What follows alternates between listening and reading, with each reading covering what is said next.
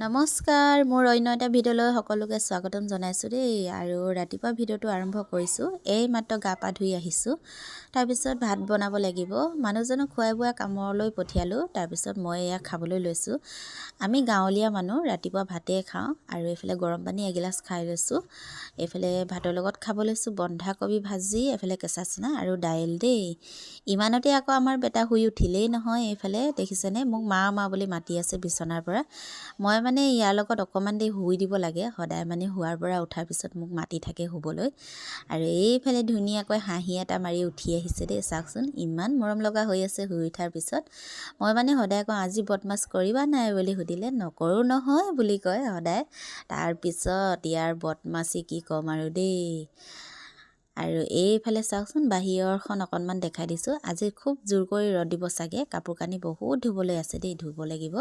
তাৰপিছত বেটাক মানে ব্ৰাছ কৰাই দিবলৈ আহিলোঁ। আৰু আমাৰ বেটাই মানে ডাঙৰ মানুহৰ নিচিনা ৰাতিপুৱাই আজৰি হৈ যায় দেই হাগি মুতি। তো ভাল অভ্যাস, সৰুৰ পৰাই মানে এনেকুৱাই হৈ আছে তাৰ অভ্যাসটো। ডাঙৰলৈকে থাকিলে খুব ভাল হ'ব স্কুল পঠিয়াবলৈ। আৰু সিহঁতৰ কাৰণে মই এতিয়া ৰুটি বনাই দিছোঁ। আজি মানে অনিৰুদ্ধদেৱৰ তিথি আছিল বুলি স্কুলো বন্ধ দিলে, টিউশ্যনো বন্ধ দিলে। তো সেইকাৰণে ৰুটি বনোৱা আজি অলপ দেৰি হৈছে। তাৰপিছত বেটাক জেমৰ লগতে ৰুটি খুৱাই দিলোঁ। আৰু এইফালে ইমানতে আকৌ ভণ্টিয়ে চাহ বনালে, বোলে চাহ খাবা আহা বুলি মাতিছোঁ। তো এইফালে মালপোৱাৰ লগতে আমি তিনিজনী এনেকৈ চাহ খাই ল'লোঁ ৰ'দত বহি বহি। তো আকৌ ভাত বনাবলৈ হ'ব নহয়। সময়বোৰ যে কেনেকৈ পাৰ হৈ যায় নহয়, গোটেই দিনটো ধৰিবকৈ নোৱাৰোঁ। ইটোৰ পিছত সিটো কাম কৰি থাকোঁতেই সময় ইমান জল্দি পাৰ হৈ যায় নহয়। তাৰপিছত আমাৰ বেটিক চাওকচোন ইমান দেৰিকৈ শুই উঠিছে, এই মাত্ৰ মানে গা ধুই আহিছে। মই মানে তাইক কৈছোঁ আজি চবকে দেখাই দিম আমাৰ বেটিয়ে স্কুল বন্ধ হ'লে কিমান দেৰিকৈ শুৱাৰ পৰা উঠে বুলি কৈছোঁ। লাজতে মানে মুখখন ঢাকি থৈছে দেই। আৰু এইফালে দেখিছেনে 12:30 বাজিলে, এই মাত্ৰ গা পা ধুই আহিছে। ৰাতিপুৱা মানে তুলিবলৈ গ'লে কয় কি স্কুল বন্ধ বোলে আমাক শুবলৈকে দিছে বুলি কয় জানেনে।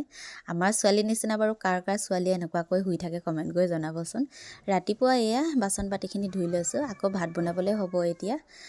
তাৰপিছত এয়া কি কৰিছে চাওকচোন, স্কুল বন্ধ থাকিলে যে গোটেই দিনটো পাকঘৰতে সোমাই থাকে চাওকচোন। এইফালে এতিয়া চানা ভাজিব লৈছে। একদম মানে কি কামবোৰ কৰি থাকে চাওকচোন। তাৰপিছত এয়া মই কাপোৰ এটিং আছিলে এইখিনি ধোৱা হয়, মেলি থৈ আহোঁগৈ ৰ'দত, যিহেতু ৰ'দটো বৰ ধুনীয়াকৈ দিছে। মোৰ কাপোৰ কানি মেলা হৈ গ'ল। তাই আকৌ এইফালে ভাজিয়ে হোৱা নাই চাওকচোন ইমান দেৰিলৈকে। যদি পাকঘৰত সোমাই থাকে মইনো ভাত কেনেকৈ বনাওঁ বাৰু। তাৰপিছত ভাতকেইটা বনাবলৈ লৈছোঁ। আকৌ এইফালে মোক মানে অকণমান খাই চোৱা বুলি দিছে।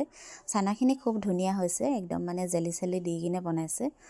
তাৰপিছত আকৌ এইফালে বেটাক গা ধুৱাবলৈ হ'লেই নহয়। গোটেই দিনটো মানে ইহঁতৰ লগত লাগি থাকোঁতে যায় দেই। আৰু দিনটো মানে মই কি কৰিলোঁ আপোনালোকক সেইবোৰে দেখাই থাকোঁ, যিহেতু মই ঘৰতে থাকোঁ। ঘৰৰ কামবোৰকে দেখাই থাকোঁ মইনো কি কৰোঁ আপোনালোকক। সেয়াই আৰু সময়বোৰ এনেকৈ পাৰ কৰি থাকোঁ ল'ৰা ছোৱালীৰ লগত। আৰু এইফালে ইমানতে আহিলে ভাইটি আৰু বোৱাৰী, ইহঁতি মানে টাউনলৈ যায় বোলে। তো মায়ে মানে আমাৰ কাৰণে টেঙা দি পঠিয়াইছে, সেইটো কাৰণে সোমাই কিনে এতিয়া দি থৈ গৈছে। ৰাতিপুৱা বোলে ভালকৈ ভাত নাখালে, তো দুপৰীয়া মানে ভাত খাই গৈছে ভাইটিয়ে। এইফালে পাপৰ আৰু দালিৰ লগতে খাইছে, মই ভাজি বনোৱাই নাছিলোঁ। সন্ধিয়া অকণমান আৰাম কৰি ল'লোঁ। তাৰপিছত আকৌ নিজৰ কাম কৰিবলৈ হ'লেই নহয়।